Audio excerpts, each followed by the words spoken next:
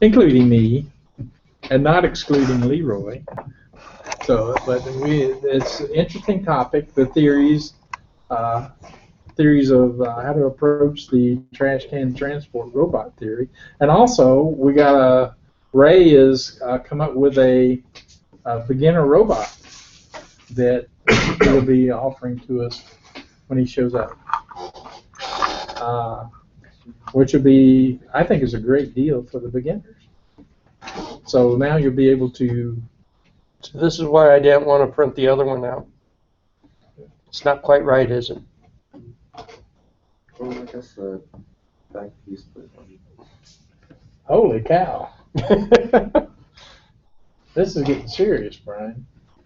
Well, now you see why I didn't want to. That's a big motor. You seen Brian's legs?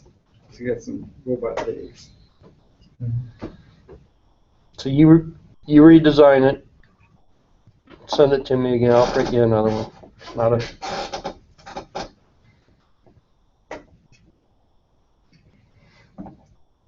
It's too big. I think it fits. Just But it fits, but how's it going to turn?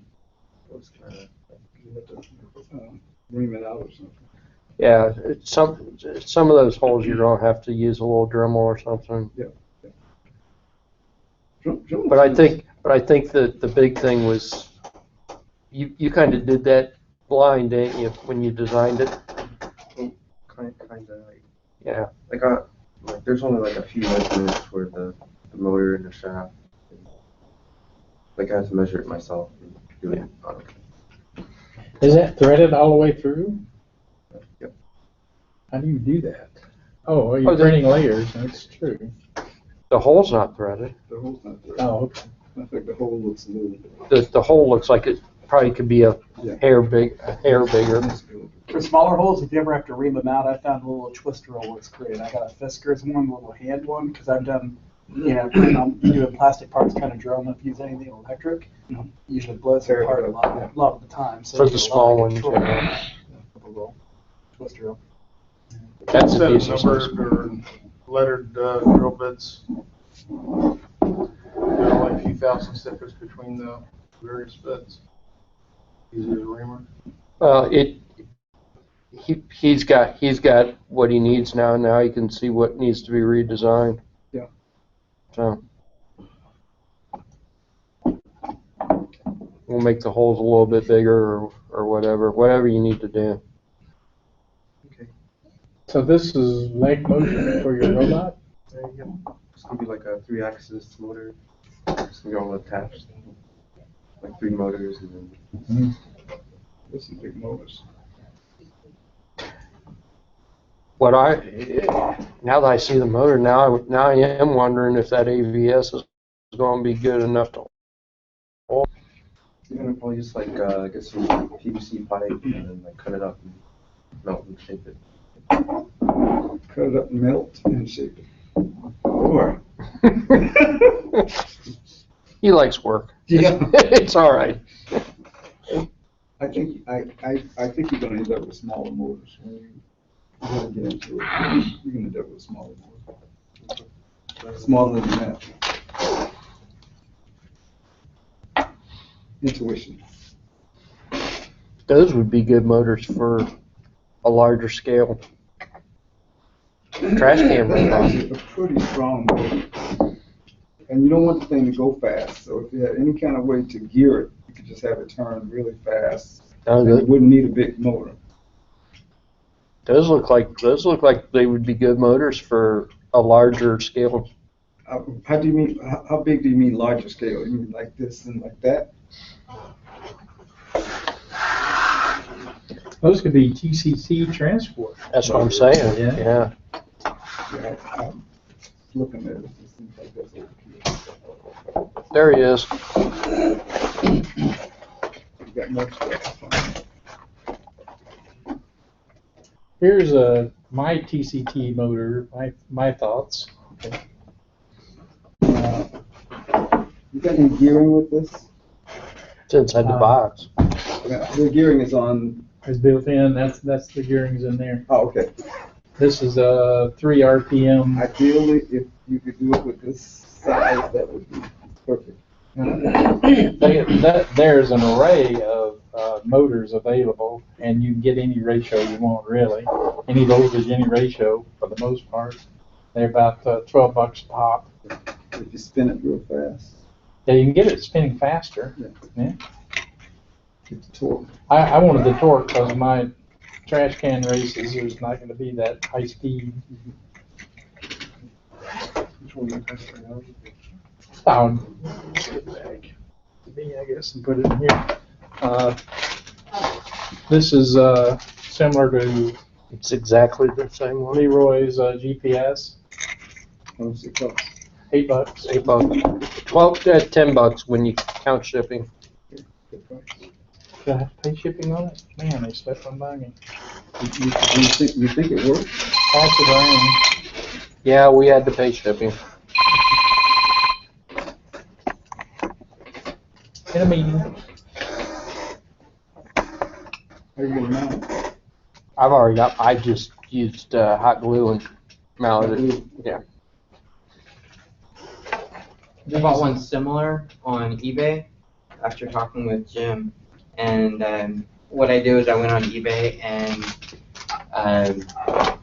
found the ones that were being auctioned. So they were at like 60 cents at the current auction, and I bid $3 with $2 shipping, and I won. So I got a total for a GPS on a shield for an Arduino for like $5. Sounds like Leroy price. It was, well, it was stupid luck price is what it was. Yeah, I was going to say, that sounds like if I would have seen it, you wouldn't have got it for that price. That was stupid luck price. I mean, a lot of people missed out on that one. So, But you know, that happens, and I started playing with some of that, like some of my 12 volt 2 amp power supplies I got for 99 cents, and the most was like almost $2. yeah, it's a shotgun effect. If you go out there and you bid on stuff and you only bid 25 cents or whatever, you're bound to win one every once in a while. So, It does work. I was kind of surprised. I was negative about it. I always selected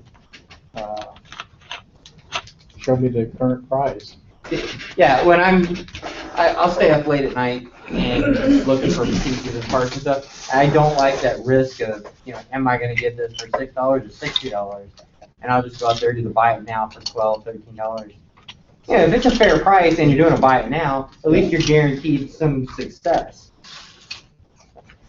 And I had time. I ordered my infrared camera, infrared night lights. Just for me. And I knew I need printed that power one for you. supplies. I've got one. No rush. I printed for myself. That's ABS. My thought was, I printed 2 different models. So I've got one Are that's those slightly from different. So car seats? my thought was, you could try it. I remember that. And if you have better luck, Did you then I'll get print straight this from one the for car myself. store, or did you get it I'm gonna try to find this STL file on the internet somewhere because I don't have that anymore. It's uploaded away. I think it's on there Oh, somewhere. yeah. I haven't seen it. Yeah, I've seen them before. Yeah, my thoughts were we could compare which brackets actually work better. And Sounds then good, I'll try it. I haven't even hooked mine up yet because I just hadn't had the time to mess with it. So this, Leroy, is just serial out? Yep. And you just serial in, serial port in, and Yeah, you start getting data. it's 9600 baud. 9600 baud. Start It's getting character data. the only that it's got a boot line that it says on the picture. It's not a boot line. The picture's wrong for it, but it's supposed to give you the pulses. So if it receives valid data, it'll pulse that line and tell your microcontroller that it got valid. It doesn't do it. Oh, okay. So that's the only weird little thing that I have found about that. Okay. Because I was trying to use the pulse line to verify that my data was actually valid, and I went, oh, Okay, it's not working. I know I've got valid data because you can see it on the screen.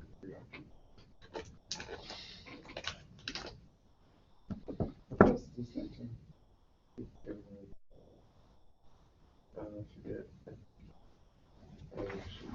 This is a lot of torque.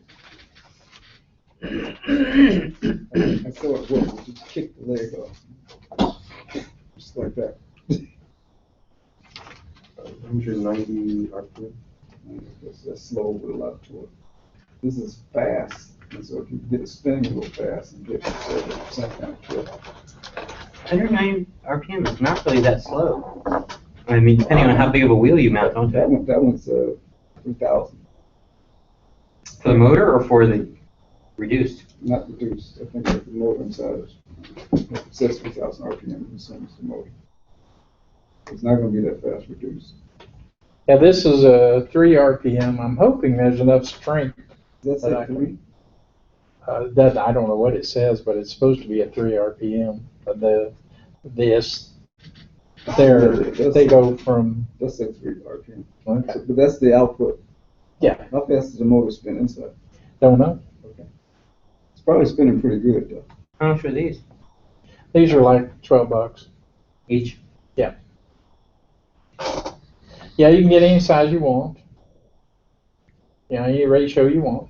These are metal, so I'm hoping these will carry a trash can. They were skeptical. Yeah. That, Which is unique. I believe it's gonna carry trash. Well, we'll see. I don't know. I want to use wheelchair. I want to use my wheelchair Actually, motors. You're kind of using a car, you know, I mean. I don't think the car would carry it. You're using something that you could probably set a person on and it would move it. The garbage can shouldn't be that heavy. Well, he's starting with a model car, so I'm sorry. at scale. You're gonna go with aluminum rims? I don't know what I'll go with yet, but it sounds like a good idea. The car that I've got is not going to end up carrying it. It's just to prove that I can make it work. It's like these little motors on the Zumo robot. Yeah, it's actually got a decent motor on it, but it's way too fast. There's no gearing on it at all. And even for the proof of concept, even at the slowest I can get it to go, it's still pretty It's fast. just gonna zip. And you can't control it. You can't slow the motor. I've gotten them with the pulses that it needs to even make it spin. I've got it going as slow as, and it's way too. Well, I tricked it though. So I send it a pulse real fast so that it kicks the motor, but then I turn the pulse right back off again for 50 or 60 seconds and send the pulse one more time and it'll kick it over. And after a while it builds it up too fast and it just goes too fast. So. But I've kind of tricked it. I've tried to trick it into going slower. So if you're tricking it like that, how stable is it gonna be staying on the path? Well, that's a jerk. You know, it's gonna. No, that's a different problem. I've got an entirely different problem for that because I think the servo that's in it has some broken teeth in it. It's not turning the steering wheels right, and you can see when it does turn the wheel, it jitters, and it's not right. So I think the servo has some broken teeth, and it probably had broken teeth when I bought it, since I bought it for $10. Which is probably why they got rid of it.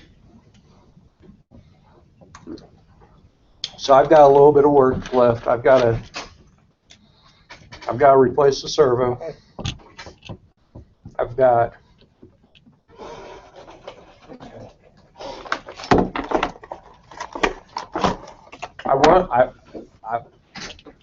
How big was the servo that it was? It's just $5 what, or sir? $10. No, the car. I bought the car for $10. I found it was broken. The front wheel was broken off of it. I found it at a garage sale, and it's a $400 RC car. Wow. You gonna hook up Bluetooth to it? How you gonna talk to it? No, You're not gonna talk to it. It's gonna be completely autonomous. I'm going to go out there and I'm going to hit a button and it's going to go and do its thing. Well, let me ask you another question. How's it gonna open the garage? There's a couple of different things. You need a solar. Not necessarily. I'm gonna start writing about it. That's what I came down to. You're gonna need something else in the garage. He could go Wi-Fi, he could go, he's an IoT guy anyway. He could go Bluetooth. But you need some other control function. I bought, it hasn't gotten here yet, I bought I guess technically it isn't our controller, but it's a wireless deal, and it sniffs for packets from other wireless controllers. So you program it, and then there's an app on your phone that you can use replacing the thing. So my thought was I was going to use that, sniff out the garage door code, and it's easier than that. Though. If you just go ahead and use an Arduino and have it communicate with your robot, you can use relay to control the garage. It's not complex or sniffing anything. I'm not explaining it well. I liked this other thing just because it seemed like it was so much simpler to do without having to rehook anything else up. Okay. No matter how you go, you're gonna have to deal with this 28-volt garage door motor. I mean, the door's got to open. When it goes out, it's got to open going out. It's got to open coming back. Coming back becomes kind of the problem. Because it's going to be out there. The garbage man empties the garbage, sits it down. Then it needs to come back, and that's an asynchronous kind of thing. If there's Wi-Fi on board on the robot, and it can send something,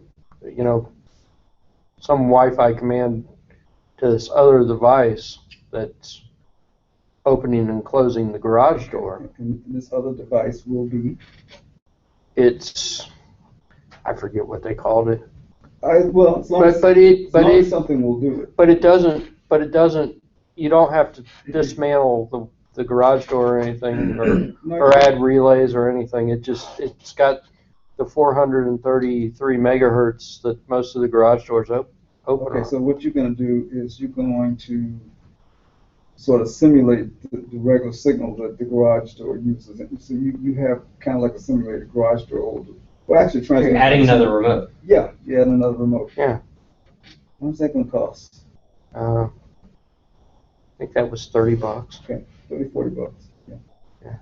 But it could also conceivably control other things as well, not just the garage door. Conceivably, some of those 433 megahertz light sockets and RF switches and stuff. Yeah, and the good side is it has the range.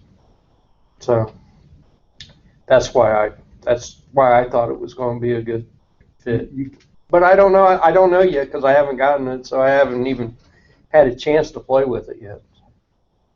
Well, it may not be the right way to go anyway. My strategy is, this is already kind of fixed in my mind, is to use the Arduino in the garage, because you can even connect it up to the internet. My thing is I wanted to keep it simple for people that are not technical, where they could just, if it is another hub or whatever, and just throw it in their living room plugged in. That wouldn't be a overly technical thing for anybody to do. And if they used their phone to program it with the garage door code, it's not a big deal. Most people could do that. So we're talking about main guidance now. let's talk about the main guidance philosophy, and you're going to use GPS. You're just My going thought.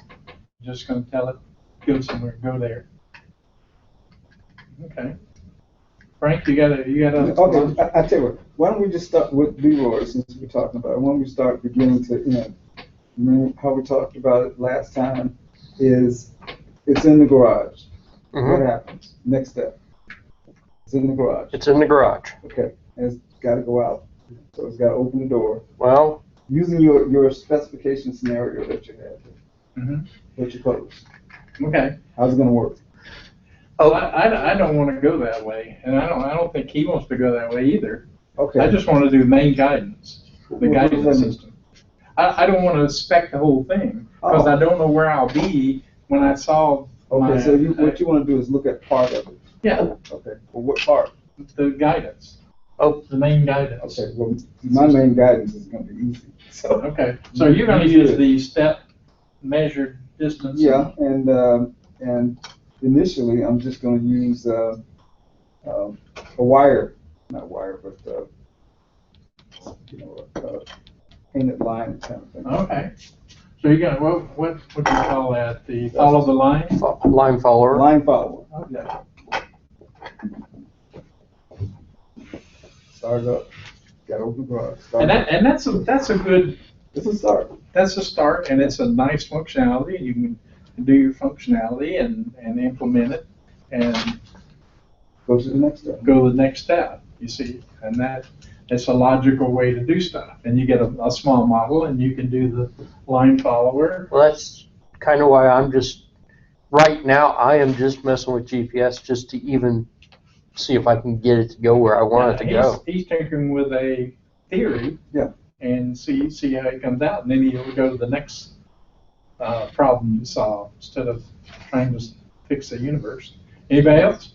With a directional antenna, Directional antenna? where you're shooting a beam down the center of the driveway and it follows either towards the signal or away from the signal on a straight line. Yep. Are you a radio specialist? Yeah, I'm nothing. It's just brainstorming. Not gonna work. Pie in the sky. Huh? Not gonna work. Not gonna work? Yeah, there are some people that tinker with radios, and we got a few in here. You can do direction. You can probably find a direction if you're out 100 feet. It's probably pretty easy to find a direction, maybe a servo and an antenna.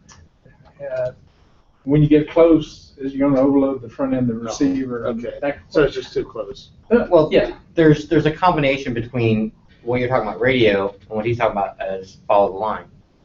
And what you do is you take a thin wire, you can bury it in the grass, under the grass in the dirt. Yeah, it'll And follow the. Yeah. You actually transmit a signal on the wire. And have you ever used the Fox and Hound? It's a wire tracker. I've seen them in plants. Okay, you basically you put a tone generator on one wire, and you can follow it in the wall by putting your tracker along the edge of the plaster or the drywall. Yeah. You can go thousands of feet away, and you can find out which wire it is in the cabinet because of that tone generator. Yeah. Now, the farther it gets away, the more wires that are parallel with it, it starts to inductively transfer the signal onto other wires.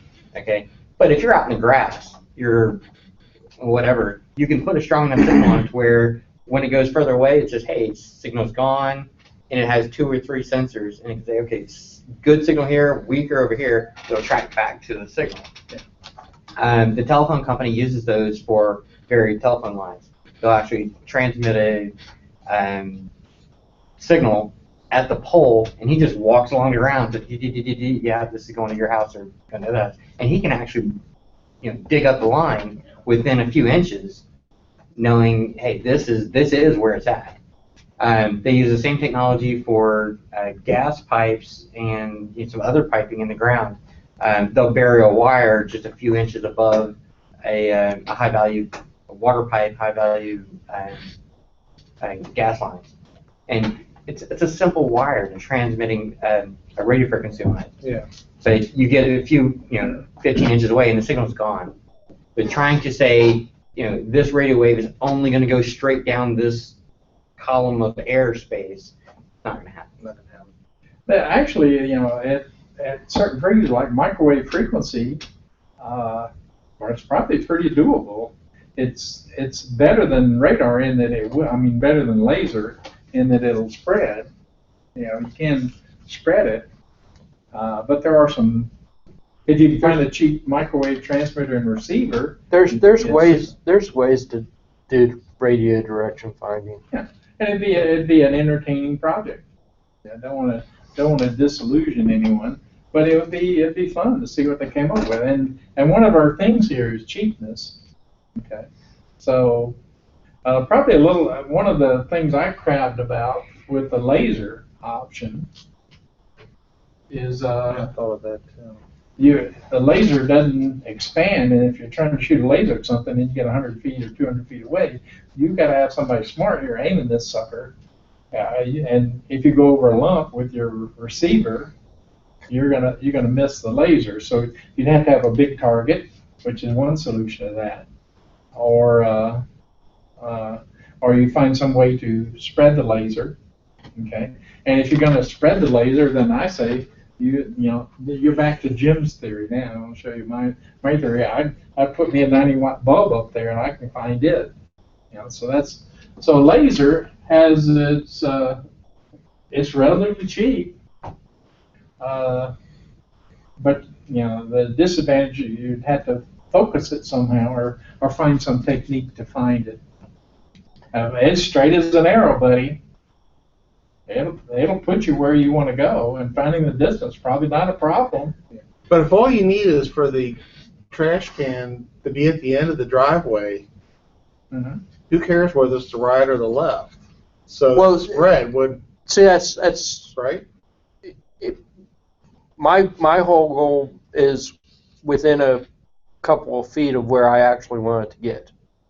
So if I say, okay, so you're gonna bury a track. Well, no. If I say I always put my can right here, if it shows up right here, I'm not going to complain about it. Or if it shows up over here, I'm not going to complain about it. Now, one of the issues, like my driveway is like this, and the garbage cans goes over there. It doesn't go in the driveway. But you could easily, if you wanted to put the trash cans here, you could aim a laser down the driveway and get to here, like Frank says. You get to here. Just drive over to the other. But be aware, when you get down here and it's 100 feet to the end of my driveway, I am going to not be able to hit that trash can, and I have to aim this laser, and the laser has to be mounted somewhere. And it would have to be pretty aimed. You got to aim it. And if somebody kicks it, it's not going to work. And the garbage man needs to sit it right back in that spot.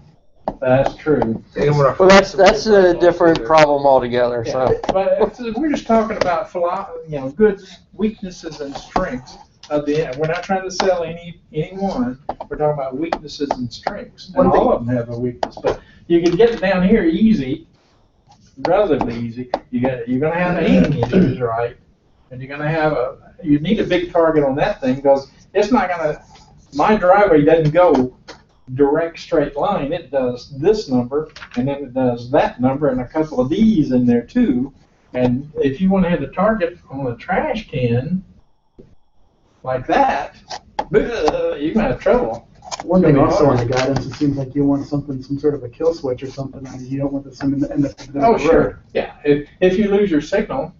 But I'm saying that's a part of the guidance. That's guidance. Sure. Yeah. There's the other philosophy is when does it stop? When do we keep it going? We'll talk about this one. With the laser, if you lost signal, you're done.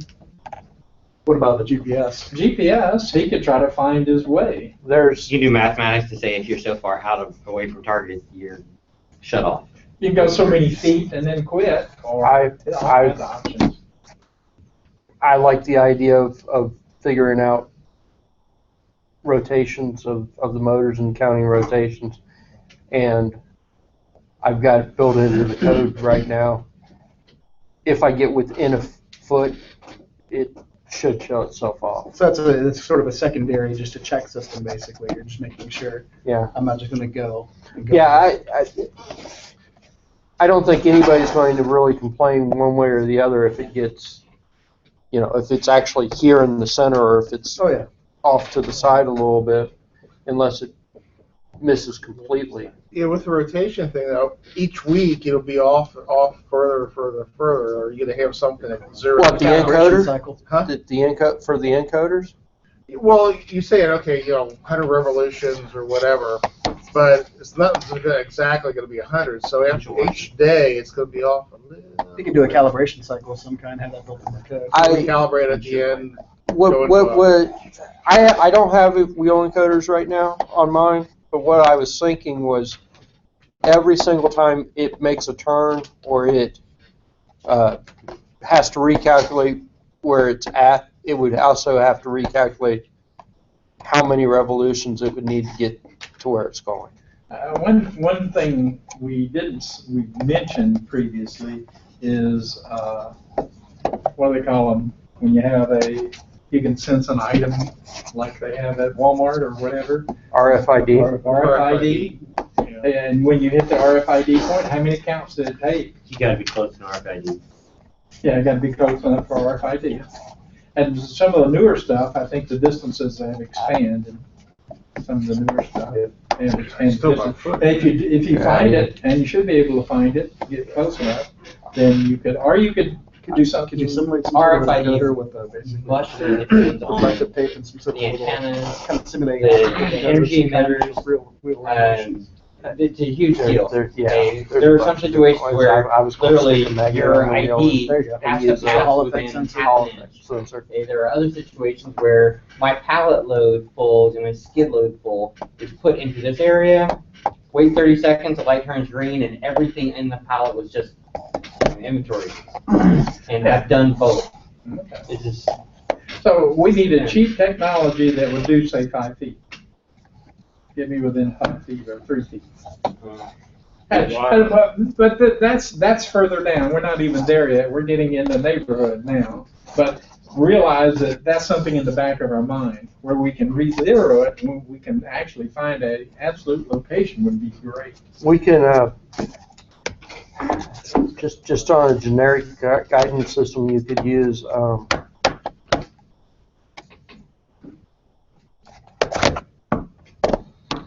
oh, damn it.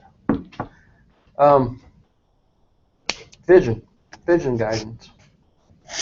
Vision guidance would typically take money. There are vision guidance systems that are $80. that are stupid. Okay, you just take a line. Hack a You mouse. look at a Mouse line vision system, and you can hack that. look at a transition point from black to white.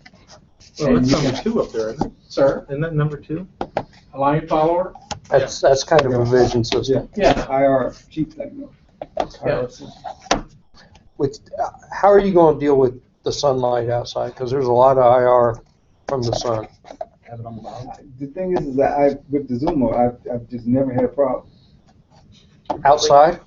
Have you tried it outside? You probably could calibrate it as soon as you get outside. You just drive outside your garage and calibrate it. I don't think I've done it, but I don't envision a problem. Now, what do you mean, because of the reflection or what?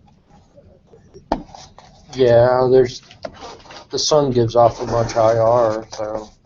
You need and now you get into my territory. Let me talk about my theory and my project. Well, if you filter it too much, so you lose why you even got IR in the first place.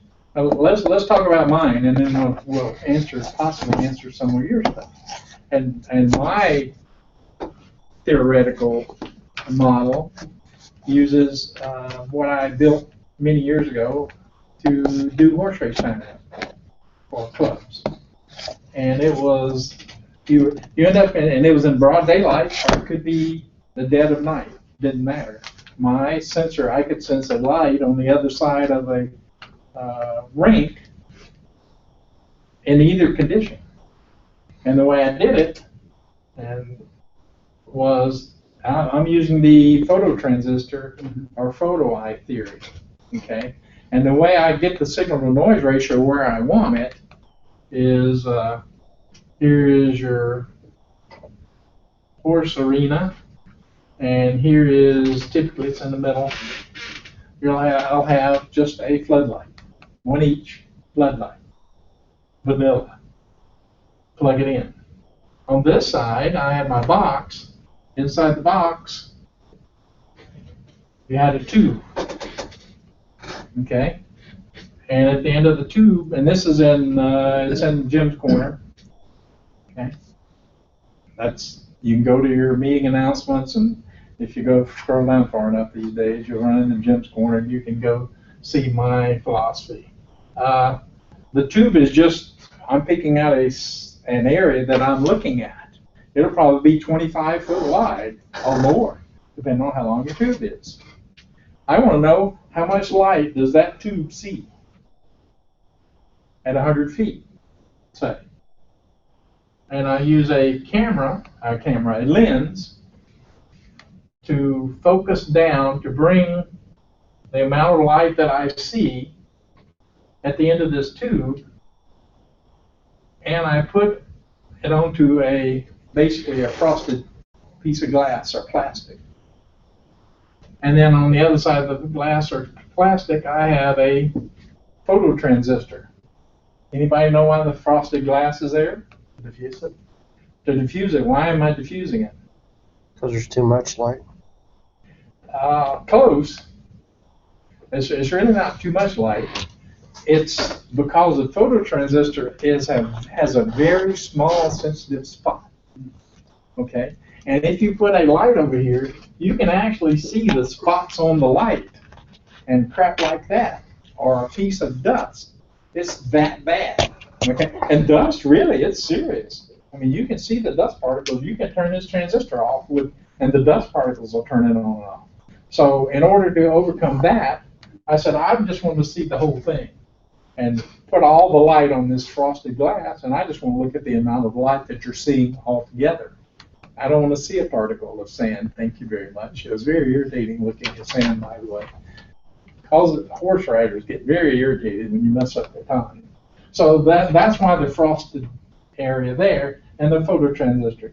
If you don't use a phototransistor, if you use a photoresistor type, then it averages the amount of light it sees anyway. So it's a little easier if you don't use a phototransistor. So now, all I did was trigger the timer. Had an op amp, trigger the timer. Easy enough. Now, in this case, I would use two of these and be comparing the amount of light that I'm getting from these guys to determine, is this one seeing more of the light, or is this one seeing more of the light? If this one's seeing more of the light, I want to go that way. Okay, so turn the speed of this motor up. I got two motors. I'm going to use two motors. I would have a fixed speed, and it'd be a ratio. And if this one is seeing more light, then I'm going to try to turn this motor faster than this motor. You see, it's just a comparison, differential. And that's easy. And I just keep it trying to balance the two motors. And that's a 3 RPM motor. How much would you change it? Well, it's a simple gain. I'm thinking using just proportional only, just a single gain amp to drive one motor faster than the other. And I'd set the gain based on what I find is appropriate. Proportional only. And that's it. Everybody got the idea? Okay. And using this method, you can get your signal. We talked about signal to noise ratio with anything. In this case, I can use a flood lamp, worst case, on that end, and I was thinking maybe a 6-watt LED, 7-watt LED light source on the other end. And if I use a LED light source at the other end, I can do tricky stuff, I'm hoping, like modulate it. Somebody's talking about synchronous earlier and using a synchronous receiver and synchronizing with the transmitter, you can get a wonderful signal noise ratio with this. It really works day or night. You might actually have to do some adjustments for day or night to get it exactly like you want it if you're going to run it in the daytime. But if in options, modulate the LED source and put a filter in this, or count the frequency of the light that you see, and you can say that is my friend, that is the guy, that my sender that I want to follow. Couldn't you just use sensors to sort of look at the edge of your driveway, because your driveway is going to be a different color than your grass, and it's going to be a different color from the end of the driveway, so you could use that to find the end point of the driveway and then just back up a little bit? Actually, I've got to go down the driveway and get it at the end of the driveway. So I've got to go down here, and what are you saying? I'm using like a color sensor or something, because your driveway is going to be a different color from your grass. Yeah, different color Then I from got to the end use of a this. camera of some sort. No, you can get with those sensors. You can adjust to what kind of color it will respond to. Okay. Yeah. Okay. The driveway is probably a light brownish color. Yeah. And I'd have to have something here as my carpet. Yeah. It's a little bit bigger. I mean, it could just detect the asphalt of the road and back up, or unless you have a big bump. Yeah, I could do that. If you use a color block, that's what design followers do. When you get to the end, you have that block there. You don't want it to turn around, but it'll turn around. Just with the standard program, it'll turn around, go the other way. What you really want to do is get it down and have it stop, and then you're going to have to trigger it to start again. To come back, yeah. Turn back. That's a different problem, Yeah. too. Disadvantages to using that technique would be, Sidewalks. something, a leaf in the driveway. Yeah. And that does happen in my driveway. Sometimes grass is left in the driveway. So that would be a weakness. That also assuming you've got a clean driveway, that you're, Well, yeah, my driveway is full of 10,000 cracks and dirt. I mean, So not or a you can bad. use a really You can crafty fix that. sensor that gives you a lot of leeway either way. Yeah. The The way you fix that, just for a second, is you get some of that Portland cement. I saw this on the internet, actually. Some of that Portland cement, you mix it, and just paint it. It'll last at least a year anyway. It'll look like a new product. now, Long as were it's you self, talking right? about painting a line? Yeah. I would say painting a line, because your driveway is probably going to be a different color than the grass next to it. So you could just distinguish between And that. there's another problem. If you don't edge, the grass grows over the side of it. So Well, then it would go to the side of the grass part of the driveway. it would go further out. Yeah, okay. Or it'd be a It'd little further like to the side, depending 6 on how long your inches grass or a is. foot out to a foot out, depending on You the have to lazy. assume that you're going to have some width there, a lot of sensors. So you'd be following the edge, and for what he's An edge talking about, is follower. follow the edge follower. Okay, yeah, that's a good idea. And then right now, The I've got only- a nice white line, a new white line they just painted. Well, the only real problem I see with an edge follower, be like kind of what Ray said, there's a bunch of cracks, or concrete. My concrete is in 10-foot sections. There's 4 10-foot sections, so there's lines that run both directions. If it's moving, and it's not a big crack, it's going to keep going. There's It a question it should. of how often do you take these signals, and then what do you do when you decide I lost signal? Yeah, it's basically my theory, and this is my approach, and everybody's going to have their own approach. My approach is if you lose signal, you're done. Stop. Also, the grass does turn brown sometimes, so that's an issue. I hadn't thought of that one. No. Do you remember what Snow. the kids did with a piece of paper on the table? Yeah. And they had lots of cracks. Theirs were also moving Pretty fast. pretty fast.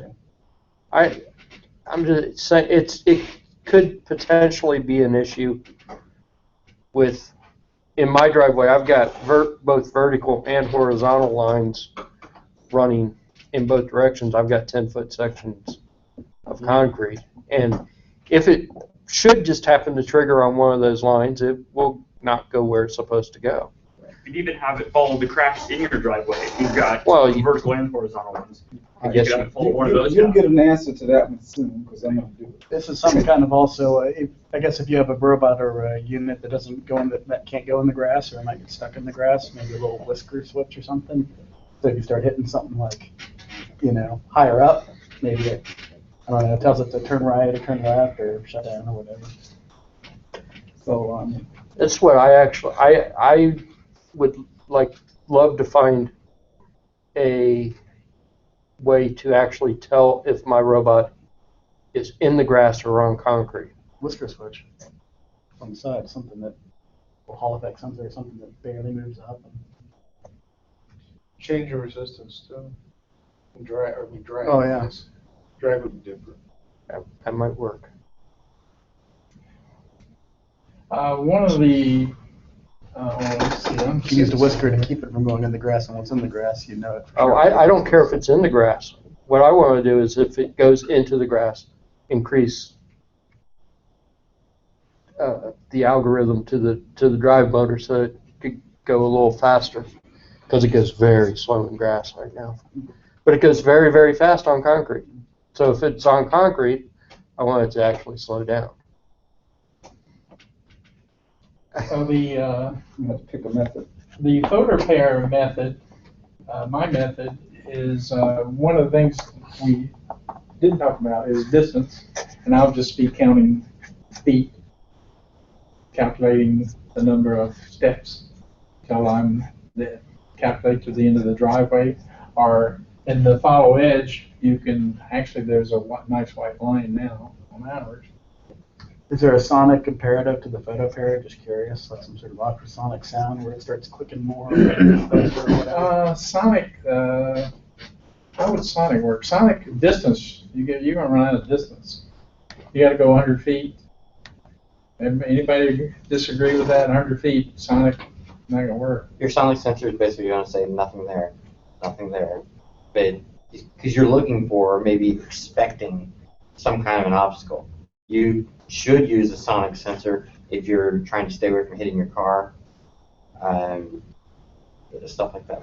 I'm just wondering if that's you have an another ultrasonic topic. sound though coming from the trash can and you're, and a receiver on it as well, or I don't know if you're transmitting and receiving on both ends, maybe that's too complicated. I don't know. Are you using it for direction or For distance? direction, yeah. I mean, if you're transmitting a sound and this is receiving it, and it's getting closer, if there's a feedback and it kept getting louder, Yeah, quicker and quicker. closer in distance is ultrasonic, 15, 20 feet.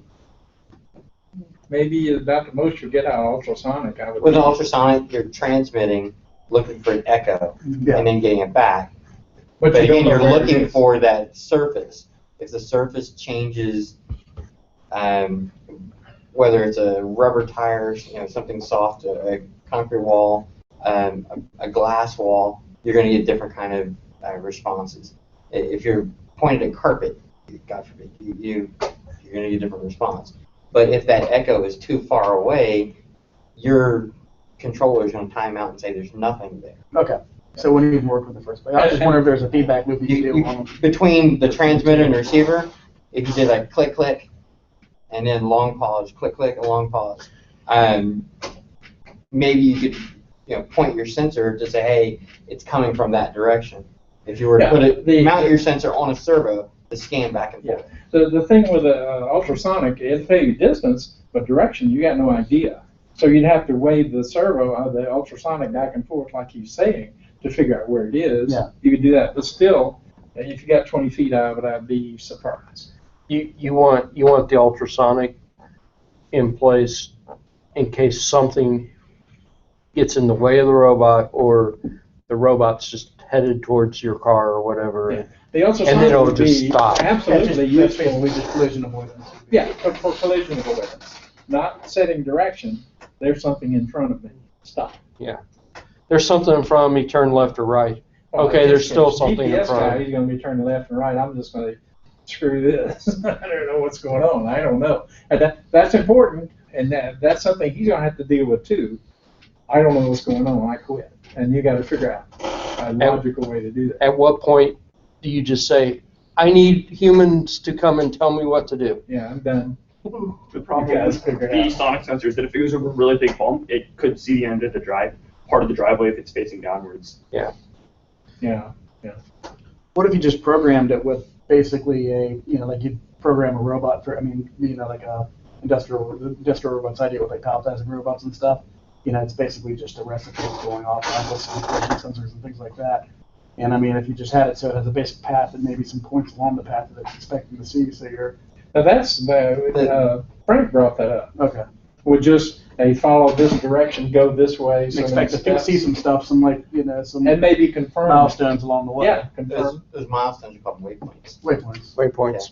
And waypoints are a reference to GPS, whereas, if you're going to go to a certain destination, you need to hit like this point, the next point, the next point, the next point. So it's that milestone say, hey, I got to this point. If you're following a line, maybe you're seeing the difference between black and white. Hey, I hit a red spot. I'm at this location that's safe. Okay, keep going. Okay, black and white line. Now I'm at another red spot or the next blue spot, depending on what your sensor is able to see. So that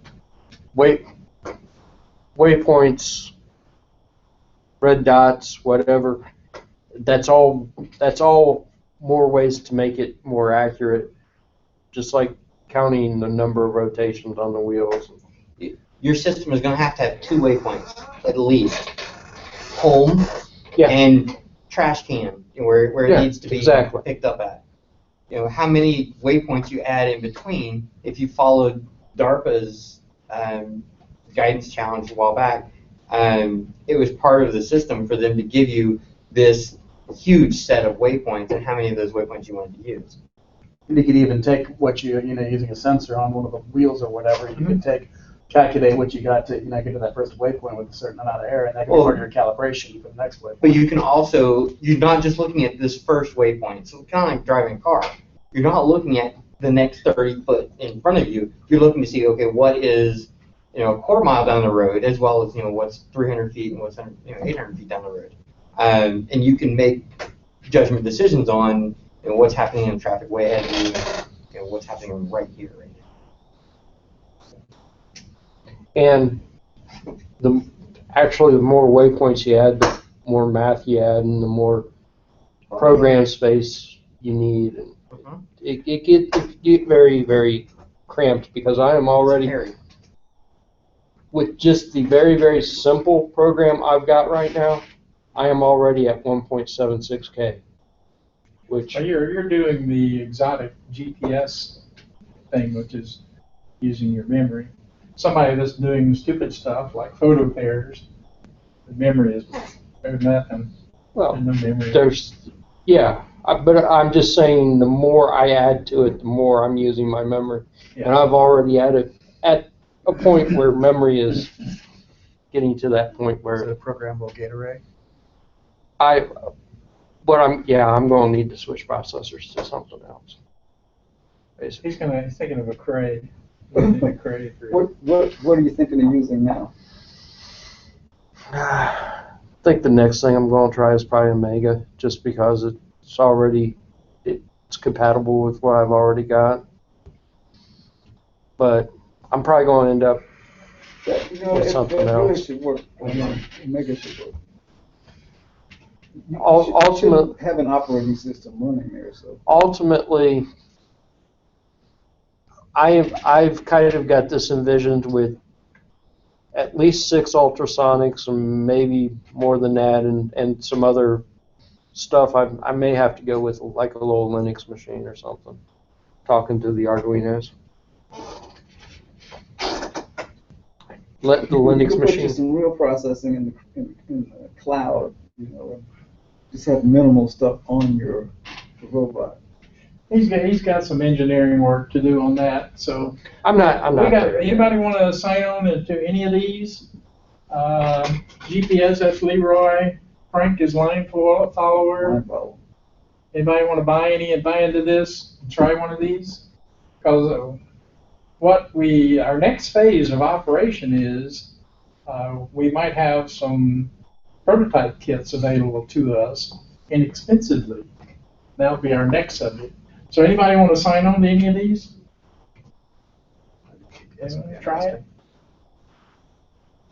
So, I like your photo pairing. I think that's really interesting. photo pairing. What's your name? Brian. Brian. Okay. That doesn't mean I have to build it, right? It's just No. some Okay. If you're interested in that area, in here you do what you want to do. We're not gonna trace you down except Leroy. Then we'd beat him up. Radio direction finding. RDF. Yeah, Okay. I think I can make an RDF thingy. Okay. I think. There are definitely some options there. A little small microwave radar receiver and transmitter. If you can find that stuff. Yeah. I mean, do a combination. Combo. Oh. Ultimately, if I cannot get this GPS to actually do what I want, I'm going to switch to something else anyway. So. You want to do RDF and what? You want to try it? Oh no, I'm gonna do line following, GPS, collision avoidance, and All of the above. Ray's just going to go overboard. you wouldn't believe it. What's the laser accuracy? Say that again. Number 4. What is that? The accuracy at 100 feet is one of them that I use. The problem is you got your can's not going to go in a straight line. I got to go down and then up, and then I got some of this.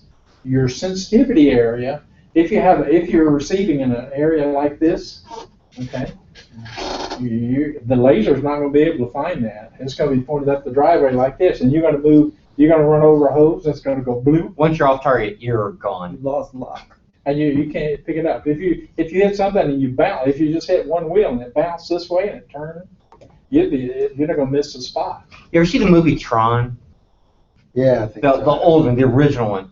Remember when they're on the ship and they've got the single light beam that the ship is following, but then it disappears?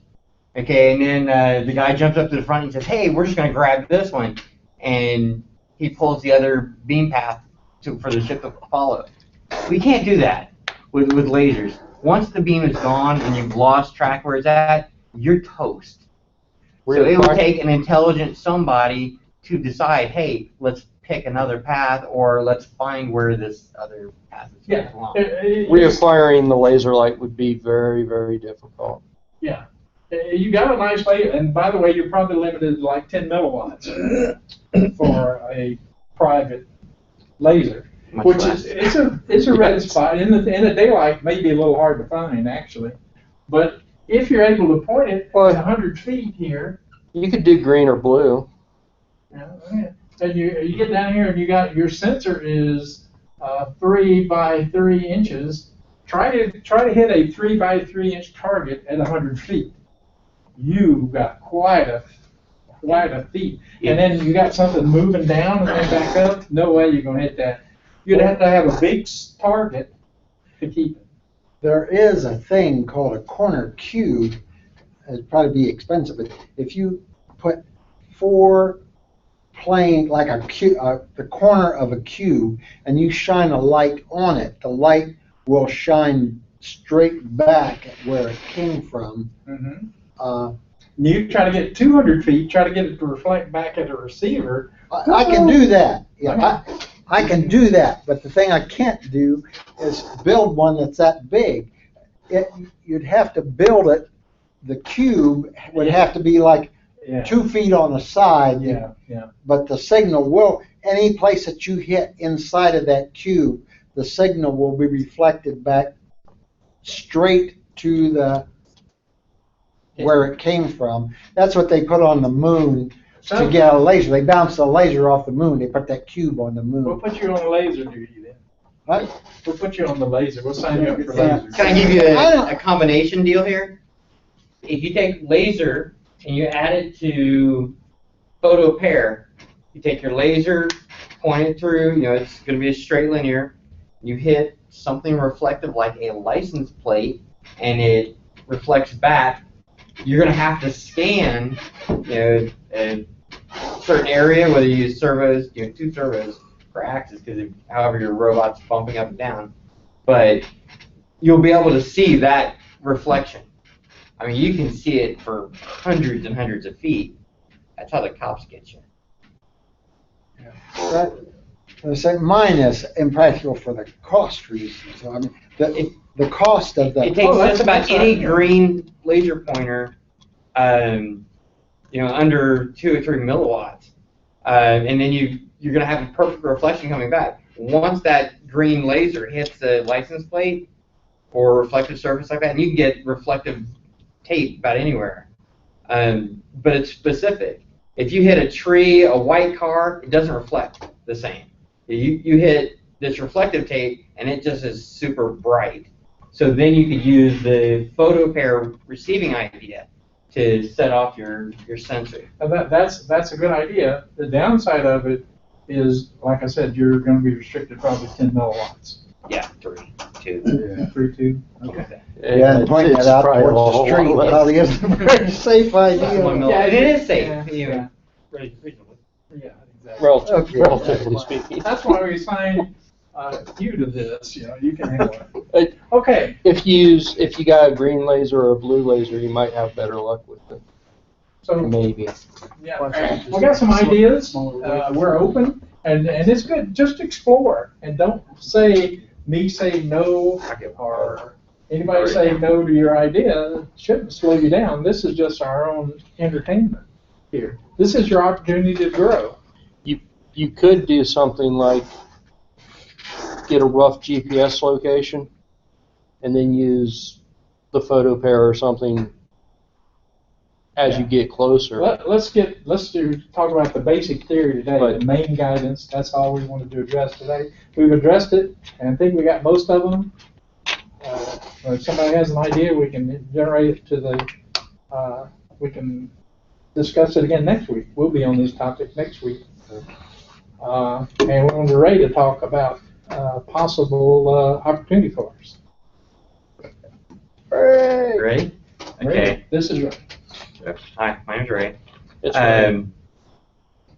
And the past couple of meetings, the incentive has always been, hey, go out and do it, and that's the thing that I'm always at. Let's go do stuff. I hate sitting around just talking about how could we do something. I really like going out and doing it. So it's also good to have a nice challenge. But at the same time, you get challenged, and it's like, oh, well, in order to start doing guidance, I need a robot. Well, what kind of robot? How big should it be? Am I going to build something so big for this trash can that every time I want to play with it, I have to go out to the garage? Now my wife is yelling at me because I'm always out in the garage. Couldn't I spend a little bit of time at the kitchen table? Well, I've got my laptop, and I'm sitting at the kitchen table, and the wife can be sitting at the kitchen, cooking something, and you still have this conversation going on. So you're not buried, and if you're like me, my garage is already full of enough crap.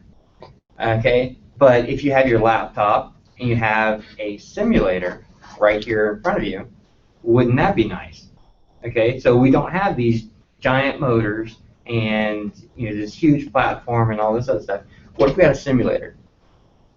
Would that help you guys be more attuned to, hey, let's try something. Let's try a sensor, let's try a GPS, and well, what if we could get you a simulator, something really cheap? That'd be great, right? So I did it. Okay, I'm the guy that likes to do stuff. So after the meeting, last week I was like, okay, well, I'm thinking about this. And Friday, got to work. So I get off work on Friday, and I thought, I'm going to do it. So starting at 6 o'clock, I started designing stuff. I got done around 4 a.m. and I called up Jim and said, hey, I'm going to go to the office, and I'm going to laser cut some robots. Do you want to go with me? And so I went to the office, Jim went to the office, and we made some samples, made some test robots. So I brought them with me. Would you guys like to see something? Okay, yeah, okay. Right. So I don't like robots at all. I don't like robots. You don't want to see nothing, right? Okay. I took some ideas from some companies out on the internet, and this was basically our first prototype. This is pretty nice. It looks kind of steampunk with the motors sticking up on the top. We went through a couple of different ideas. This is actually the front. I cut a lot of these different prototypes out of some scrap acrylic that I have. I have laser machines that I use and play with all the time. So if you guys didn't know, I play with lasers every day. So this is pretty neat. The acrylic basically cost me nothing. It's held together with 4 zip ties, and it's got these little motors. So sure, if you guys have ever looked on eBay for little robots, they've got these little yellow motors, and that's actually pretty nice. After building a couple of little robots just to make sure that, hey, they were going to fit together, we crash tested them. We dropped them a couple of feet, dropped them a few more feet, and then literally running them off the table. Okay, because I mean, if you're at home, you're playing on your kitchen table, and hey, it loses where it's at, it's going to drive off the end of the kitchen table, and you're going to be so upset because you just crashed and destroyed your robot. Well, we reinforced some stuff, which so this was our first design. It came down to this as being a second design. With the second design, we rotated the motors downward, which left some more supports up in the upper section. You guys can pass these around. Still, trying to go with inexpensive 4 zip ties. But if we're going to be doing prototyping and work on them, just keep going. If we're going to be doing work on these, it would be nice to be able to unbolt and rebolt and unbolt and rebolt. Hey, tinker with it on the inside. And then what's going to go onto it? It's got a switch. It'll hold a whole gambit of different sized battery packs. It has pre-drilled mountings for the 3 most common motor amplifiers that go on the inside. It has holes already done for Arduino Uno and Mega mounting profiles. It also has a hole in it for servo. It has holes in the front here for doing your sonic sensor. And it has what we call a bumper or a blade. And on that you can mount your standard cherry switches. So the snap action click switches. Pretty decent. So that was version number 2. How much would that one cost? Here's the nice part.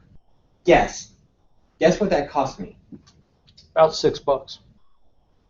It's right around $4.50, $5. No kidding, that's Okay. cheap. That's cheap. 15. Including the switch? The switch is 27 cents. Okay. The motors are what cost the money. The motor, gearbox, and the wheels were about $2 each. Okay, those are the expensive parts. But I can buy them in a larger quantity. Okay. This one's built up a little bit better. It's the same switch. Showing you that a Mega 2560 is mounted on. Showing you my sensors mounted on. If you want to, hey, check out that nice little battery door. A lot of times, you're playing with a robot and the battery runs down. Okay, you don't want to have to unscrew the battery door. This battery door is actually spring-loaded. That's designed into the plastic. So you just, when it's normally clipped in there, it stays in pretty strong. It's not going to let the battery come out. Once you decide, hey, I'm going to let it out, you just squeeze it together, pull it out the top. It's not bad. So I designed this basically in one day, from nothing on the computer to prototype on my desk. The first prototype right here, it's got some motor supports that are only 2.65 millimeter. After crashing it several times, we decided that we wanted to go up to something a little bit more robust, so we went with a thicker support down here. It all ended up being pretty nice. Pass that on around. So I think this is the one that we're going to go with as being a prototype platform. It's pretty good as far as being robust. Got plenty of space for mounting a Uno, a Mega, Duo Milanova, Raspberry Pi, whatever you want there on the top. It's got enough space for 6 cells of AAA, or you can put a LiPo battery pack inside. It really has more space for playing with. Plenty of space for sensors. So if you're going to be just practicing at the kitchen table, this is a good way to go. It saves you from having to go outside. Another thing that we thought about was, when we distribute or sell these things, we're going to be giving them in a box. We don't want to just give them to you in a plastic bag and say, here you go.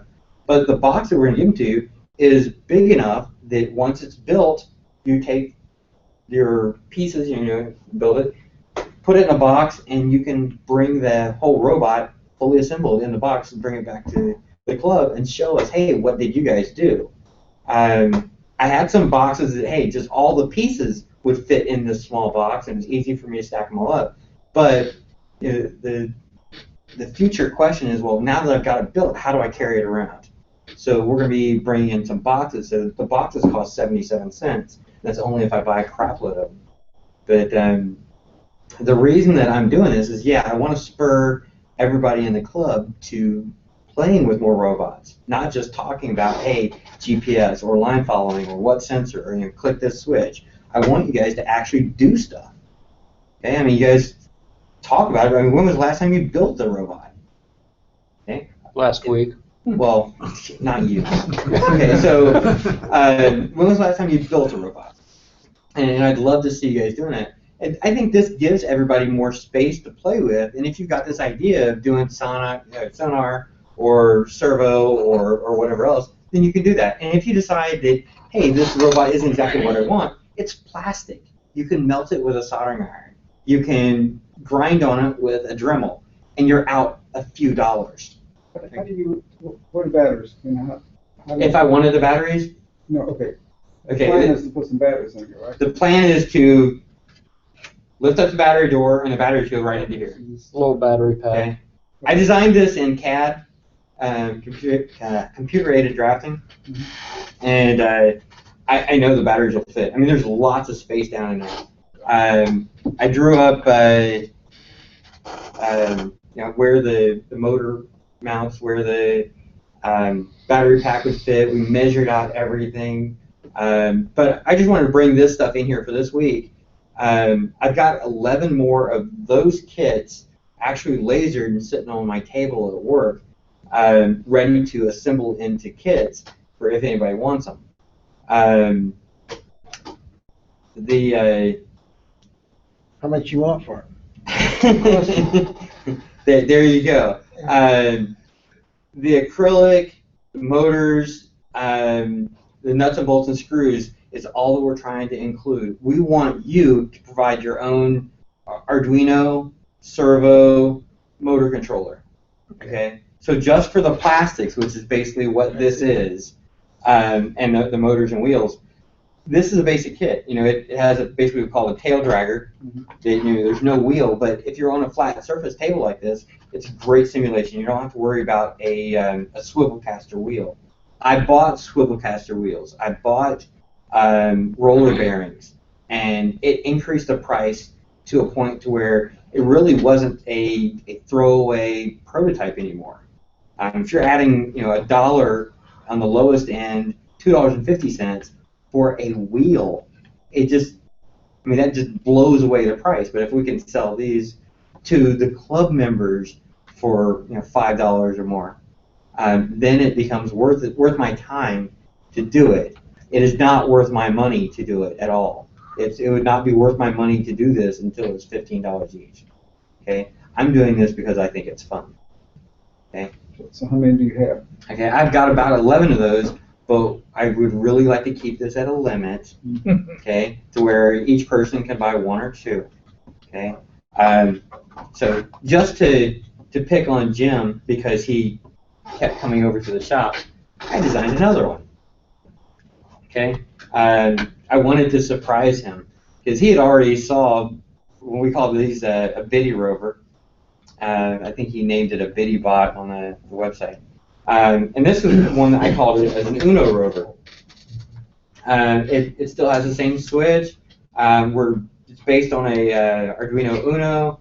It has space for a 9G servo. If you remove the 9G servo, it has enough space for a 2560 controller. It still has a front bumper and can hold 2, 3, whatever sensors. It still has the space on the front for a sonar sensor, if you wanted to, you could mount, some kind of a directional sonar sensor onto the servo. It really has a lot of capability. But this kit is really tight. It is small.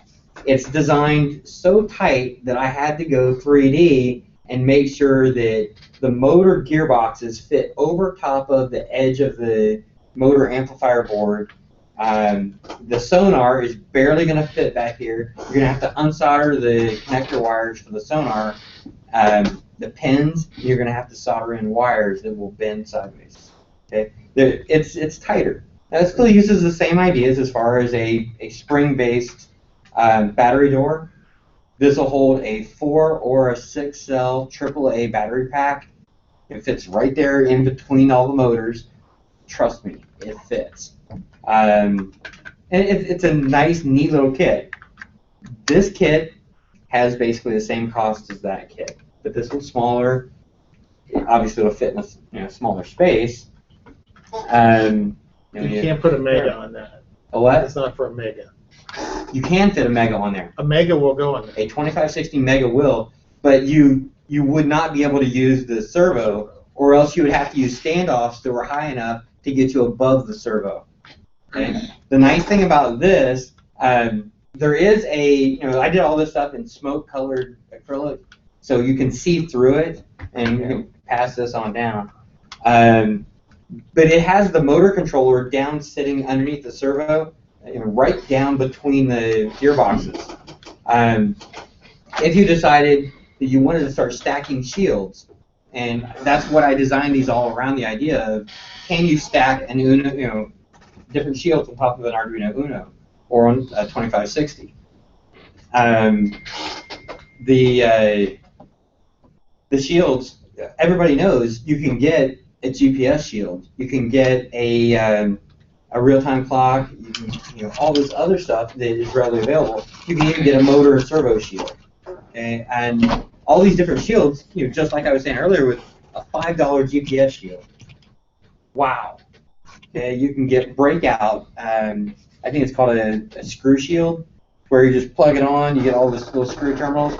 Makes it easier to prototype this stuff without having to build a full-blown robot. Okay. How much did you spend on one motor? $14.95. 2 motors, $30 plus shipping, right? I got $13, $12. 13 each? $12 shipping? You feel screwed? No, you got to do this deal. Okay. What's the choice? It works. Yeah, it's like there are not a lot of choices out there. Yeah. What I want to do, because I enjoy robotics, toy robotics, I want to get these to everybody. I want everybody to have them, and I wanted to be able to produce them at a reasonable price. Okay. There are some things that you're going to have to buy, and that would be with any kit that you buy or you build. You're going to have to get plastic standoffs.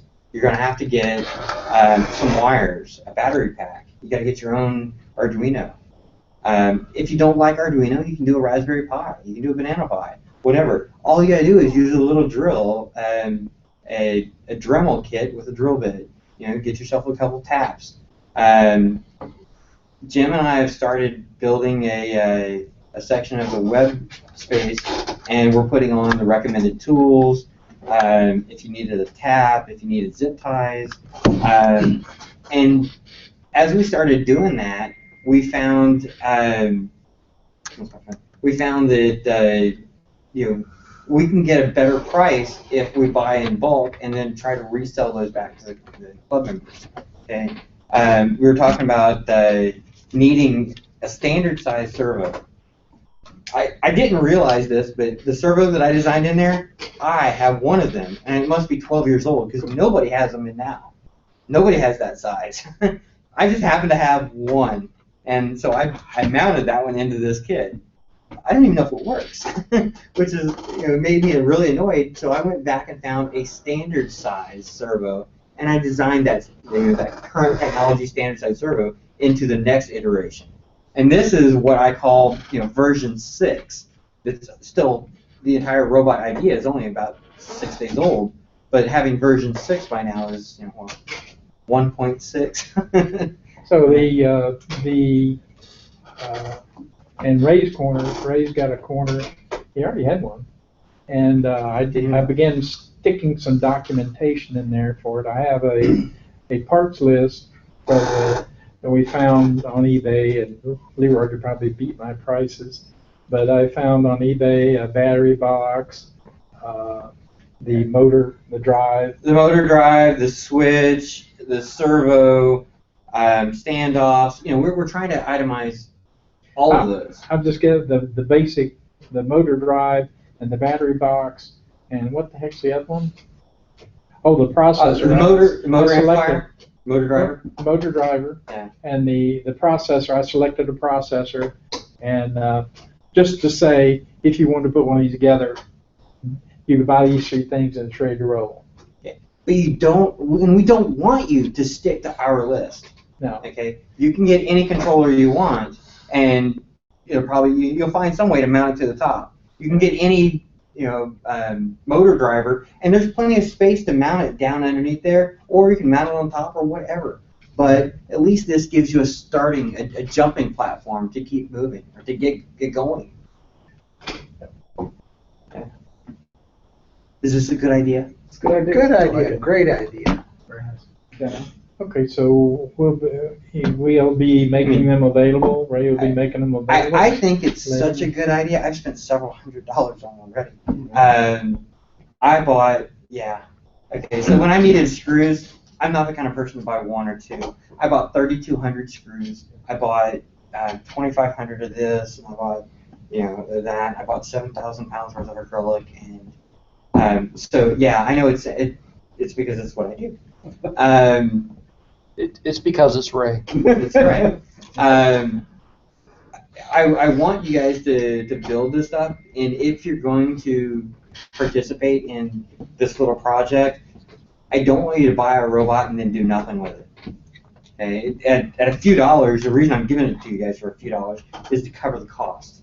Okay? But I want you to participate. If you're going to write any code, if you're going to play with a GPS, share the code back with us. If this turns out to be something that is really interesting and is productive for us, I would like to start building kits and selling them on eBay. If this is a dead topic, I don't want to do it. So we'll be promoting them. I'll be promoting them for him with feedback from him the next few weeks and make them available. If you guys are interested, let Ray know or let me know, and I'll let him know that you're interested in the way we go. So I think Sign me up for a couple. a couple for Frank. Okay.